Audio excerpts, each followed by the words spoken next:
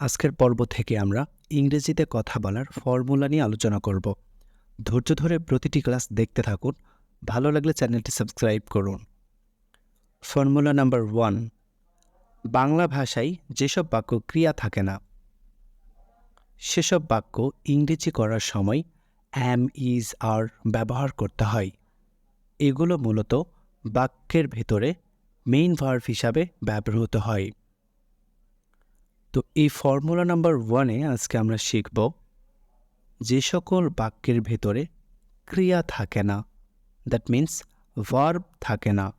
তো এমনও অনেক বাক্য আছে যে সকল বাক্যের ভেতরে ক্রিয়া অথবা ভার্ব থাকে না।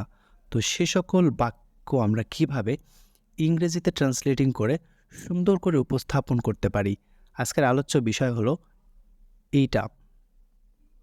তাহলে একটু খেয়াল করতে হবে আমাদের। এখানে কিছু উদাহরণ লক্ষ্য করুন। আমি একজন বালক। আমি একজন বালক। তো কাজ বলতে বা ক্রিয়া বলতে আমরা বুঝি মূলত কোনো কাজ হওয়া। তাহলে এই বাক্যের ভেতরে কোনো কাজ হচ্ছে না। এখানে বলা হচ্ছে আমি একজন বালক। এখানে কোনো কাজ সম্পাদন করা হচ্ছে না। তার মানে এই বাক্যের ভেতরে কোনো ভার্ব নেই। যদি না থাকে তাহলে আমরা কি করব? অ্যাম, ইজ, আর এই সকল বিভার্বগুলো ব্যবহার করব। যেমন আমি একজন বালক, আই আম আ বয়। তার মানে হলো আমি একজন বালক। তাহলে আই এখানে সাবজেক্ট, সাবজেক্টের পরে আমরা অ্যাম ব্যবহার করেছি। এরপরে দ্বিতীয় বাক্য লক্ষ্য করুন, পৃথিবী গোলাকার। পৃথিবী গোলাকার কথাটা বলা হচ্ছে, কিন্তু এখানে কোনো কাজ করা হচ্ছে না। তো তার মানে এখানে কোনো ভার্ব নেই। তাহলে আমাদেরকে ভার্ব ব্যবহার করতেই হবে। প্রতিটা সেন্টেন্সে আমাদেরকে ভার্ব ব্যবহার করতে হবে।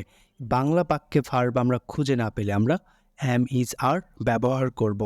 তাহলে লক্ষ্য করুন, পৃথিবী গোলাকার, দ্য আর্থ ইজ রাউন্ড, মানে পৃথিবী গোলাকার। তাহলে এখানে দ্য আর্থ এটুকু হলো সাবজেক্ট, ইজ হলো এখানে ভার্ব, মানে এখানে ইজ হলো বিভার্ব বা সাহায্যকারী ভার্ব।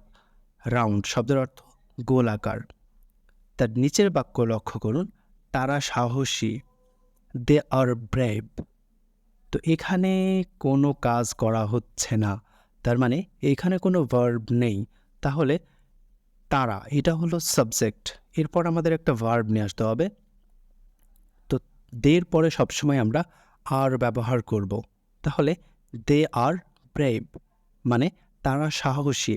তাহলে আমরা বুঝে গেলাম যে সব সময় যদি কোনো বাংলা বাক্যের ক্ষেত্রে কোনো কাজ বা ক্রিয়া বা ভার্ব না থাকে, তাহলে আমরা ইংরেজি করার সময় সাবজেক্টের পরে বি ভার্ব ব্যবহার করে আমরা এই সকল কথাগুলো ট্রান্সলেটিং সম্পূর্ণ করব। আশা করছি আপনারা ফর্মুলা নাম্বার 1 বুঝে গিয়েছেন। এরকম প্রতিদিন ফর্মুলার ক্লাস পেতে অবশ্যই চোখ রাখুন প্রিয় ইংলিশে। সবাইকে অসংখ্য ধন্যবাদ জানিয়ে বিদায় নিচ্ছি।